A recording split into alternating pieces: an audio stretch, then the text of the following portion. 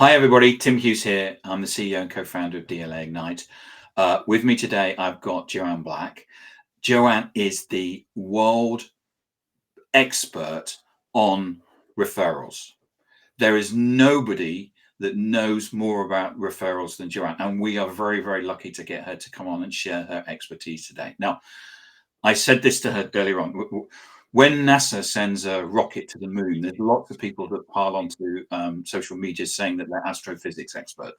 And all of a sudden, but it's the people that actually are putting the rocket on the moon that in NASA that are the real experts. And this is Joanne when it comes to referrals. Joanne, where can people find you? They can find me on my website, nomorecoldcalling.com, and sign up for my newsletter. You'll get your referral quiz. If you prefer LinkedIn, that's great. But please, with a personal invitation, tell me you heard me with Tim. And I shared the link to your referral quiz in LinkedIn, and it will be in the show notes as well for when I put this on YouTube. Right.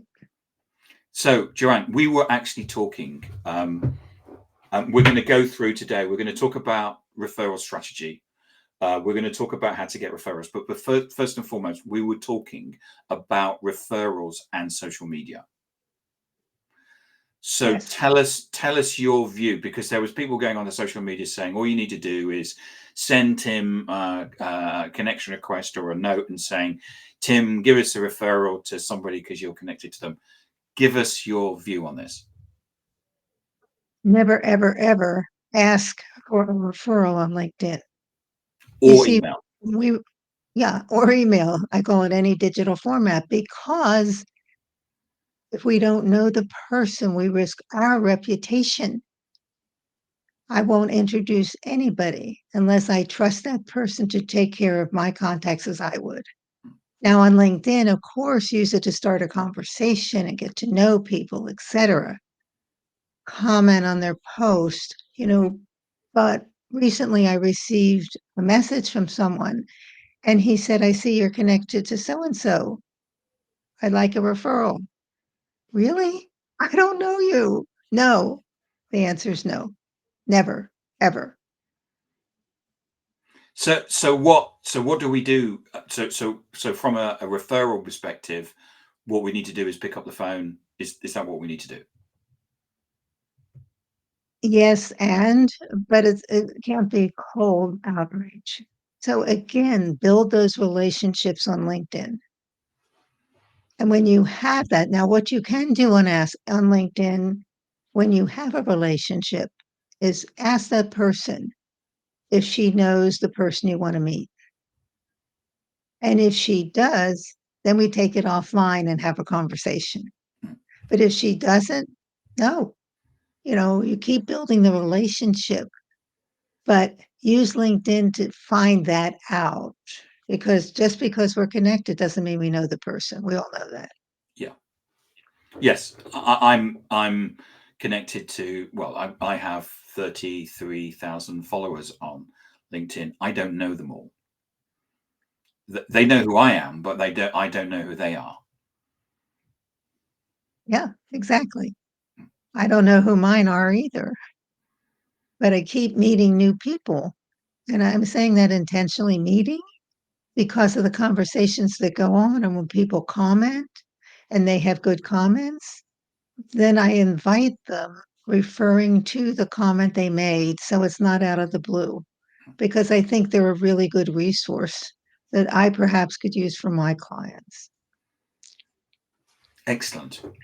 So now we've got that covered, because I wanted to get that out of the way.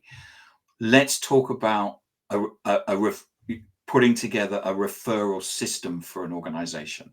So if I wanted to put a referral system together for my company, what would I need to do? First of all, we'd talk and I'd share with you that this is the process that works. Because unless you have a system, nothing works.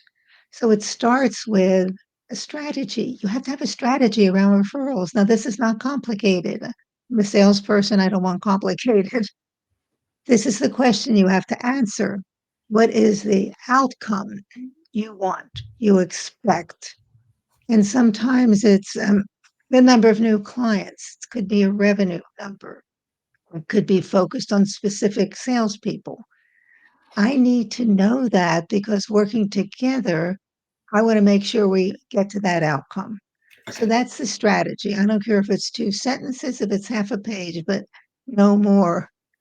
But the And then important the thing next, is that there has to be, you have to understand at a high level. This isn't just about something you do on Friday afternoons. This is something where the leadership team say, we're in a situation, we're in, it's April 2024 when we're recording this. There's a sort of recession going on. We don't quite know what, but people are being laid off. The number one thing that I'm hearing from everybody that I'm talking to is that there's no pipeline. And referrals is a way of getting pipeline. absolutely. I mean, the problem companies have, they come to me and I work with them, are typically, I don't trust our pipeline. My salespeople aren't getting meetings with the right contacts, and our revenue is down. So that's the problem. Whatever we do, unless there's a problem we solve, wouldn't matter. But those are typically the problems because referral selling is a sliver of of prospecting, Yeah. right? So one of the things that we can be doing is saying, right, okay, what we want to do is we're going to use referrals to get pipeline. And Absolutely. A qualified pipeline, Tim. qualified pipeline. And I Yes. think that you have a figure that when you get a decent referral, the close rate's something quite high. I can't remember. Was it 70 something percent or something? Yeah, it's some people say 50, some 70, some 90, but nobody's ever said lower than 50. Well, Okay. compare that to any other prospecting method, and referrals are the way to work. Yeah, But because it can't be if you're prospecting and you've got a win rate of 1 in 5, that's 20%. yeah, exactly. And you hear that all the time. With a cold outreach, how many emails and whatever do you have to send? And that keeps going. Again, referrals are personal. They're the most personal kind of selling we can do. And that's the reason a lot of people aren't asking. Not only do they have a system, they're concerned that they might get rejected. And is that, do you think that's the number one thing, which is the fact that people are concerned they're going to be rejected? That's a big one. So what if they say no? I mean, that would be devastating. And then people tell me it feels desperate because if I were really successful, I wouldn't have to ask. Hmm. And it feels pushy, like the used car salesman. All those things are perceptions, which I deal with as reality because they are. Yeah. So one of the first things we do is get rid of those. It's the elephant in the room, and I call it out all the time Yeah. because everybody feels that way. And just because you think you're the only one, we never are. So the second thing in your system is metrics, isn't it? Yes. Metrics for the company, for the team, and for the individual. And for individuals, those metrics need to be linked to their KPIs. Otherwise, nothing's going to happen.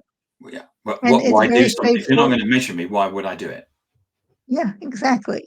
It's very straightforward. For some companies, it's a revenue goal. For others, it's a client goal.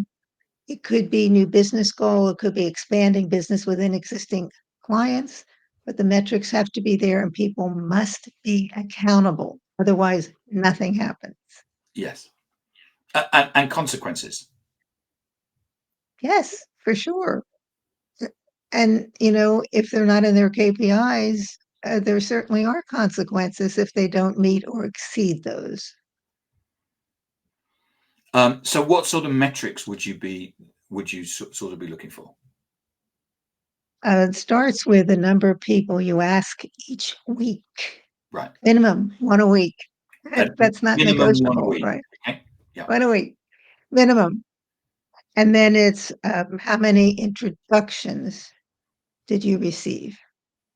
And a referral means you get an introduction, not just a name. he must be introduced, and we need to facilitate that. So, number asked, number of referrals received, number of referral conversations conducted.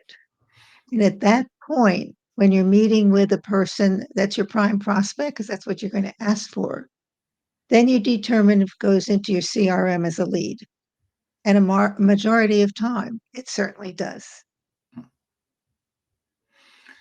So in terms of that skill, which is your third point, take us through the skills and the what you'd expect somebody to do in terms of asking for that referral.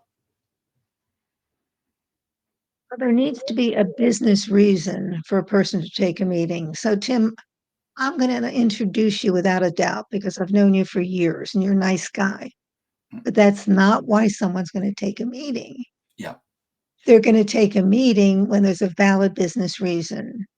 And most people, they aren't. So when I interview people before we even start, I ask this question. And if you're listening, forget I told you this. We're going to work together. So I say, well, if I were a prospective client, what would you tell me about why I should work with you? And they just go on talking about themselves. There's every kind of personal pronoun you can find. We do this, we do that, I We're whatever. number one in Gartner Magic Quadrant. Yeah, we've Yeah, started. yeah. The fact is, no one cares about us. They just care about what we do for them. So the first piece is learning how to tell a business impact story without talking about yourself. Yeah. But focus on the problem and the results. And this is a cornerstone of the program, and it's the toughest Yes. for everybody. Yes. Seasoned salespeople, I work with many of them and I love it because they're not doing this, but they're so hungry to learn how to do it. So that's first. Second, who's your ideal client? And we take a look at that. Everybody's done it, but we take a sliver of that because I want to introduce you to the right person. As human beings, we want to do that. We do want to help. We want to help you. So, yes. And so those are the two keys. And then we look at all our sources of referrals. Clients are the best source. And by the way, no one's asking every single one of their clients for a referral. And then we pull all that together and learn how to ask for the introduction. And that takes practice, because that's where this Grinch comes in. Oh, it's not comfortable. What if they say no? All those things. But they learn how to ask, they practice. And it's so exciting to see the results, and we track it. So some companies, I'm working with a company now, and they have a very complex spreadsheet tracking the individuals, and the people they asked, and then what happened, and then, of course, how it turns into a forecast and then into revenue. So everything is measured.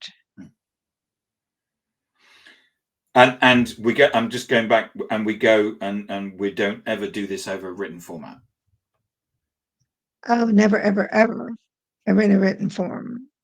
Now, you can ask for a meeting. You can write to someone and say, I'd like to schedule a meeting. I'm doing something new in my business, or our company is. I'd like to talk to you about it.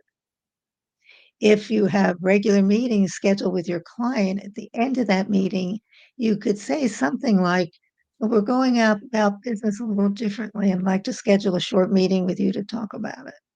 And that's what you do. You don't tag it on to something already. You don't surprise people. And so that's the way you do it. You schedule a meeting, and that's the time you talk.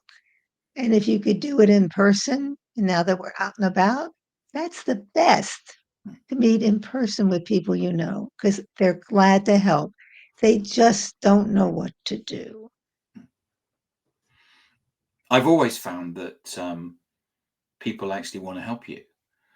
And I've been in situations where people have said, we can't buy anything from you, but or they try and find something to buy from you. is quite amazing. It is, and that's the human factor that you don't get in any digital format. That's about talking to people and building that trust and relationship. That's what it's about. That's what life is about. That's what business is about. And we forget that a lot. It's human to human. It is. You've talked about it with me in the past about what you call a transfer of trust, and I've put 2 stars on either side of that. So that's got to talk to me about transfer of trust. Yes. So, Tim, if you introduce me to the person I want to meet, and you know that person really well because you're making the introduction. Well, here's what happens. The trust that person has for you transfers to me.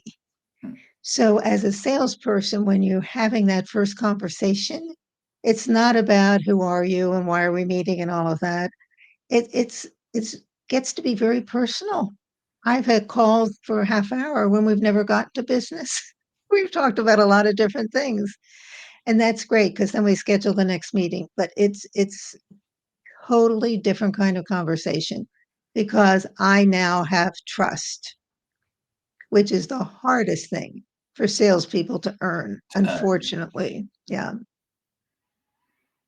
So we go through the process. Talk me through the process again in terms of how I get how I get a referral, because I want to make sure that I get this.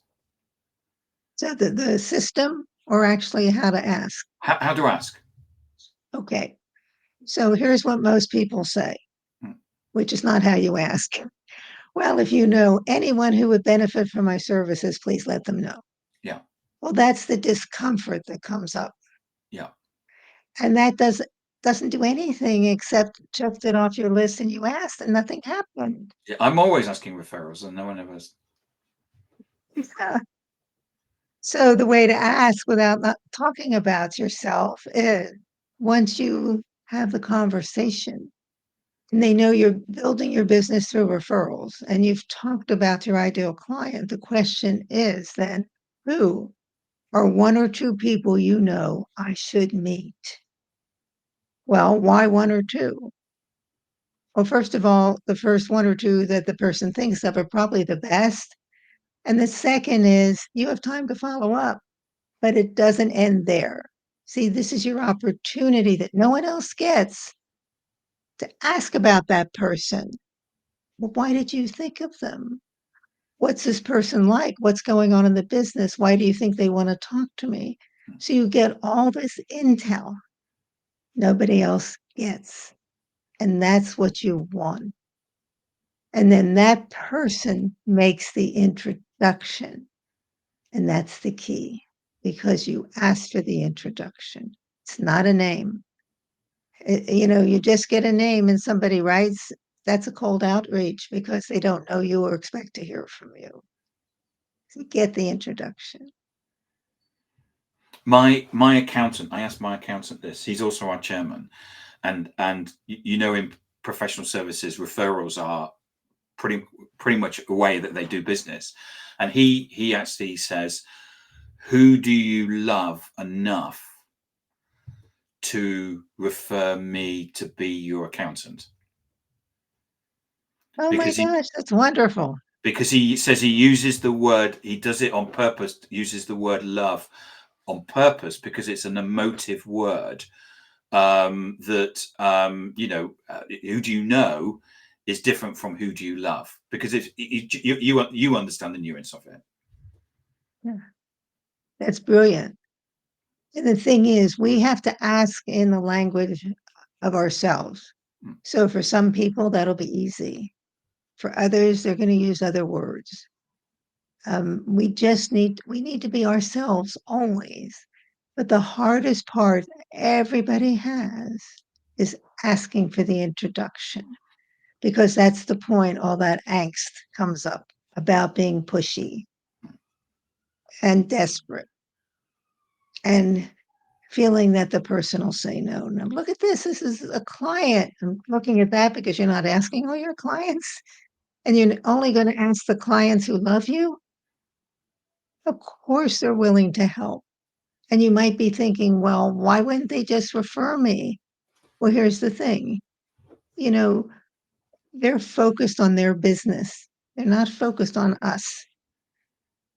They don't know what we need. I've had people ask me, Joanne, do you need more business? And I'm thinking, what planet are you from? I mean, we all do. Even when we're overwhelmed, we figure it out. Yeah. Joanne, thank you so much for coming on and spending the time with us today. Really appreciate it. Always a pleasure. Always great talking to you. You are, as I say, you are the world-renowned and global expert on referrals. So thank you for sharing that expertise with us. Where can people find you? LinkedIn, it's Joanne Black, Referral Sales. You can email me, Joanne at nomorecoldcalling.com, and check out my website. Again, nomorecoldcalling.com. You know, it's just pretty much that's it. Thank you so much, Joanne, for coming on and spending some time with us, and I really appreciate it. Oh, Tim, it's always a treat.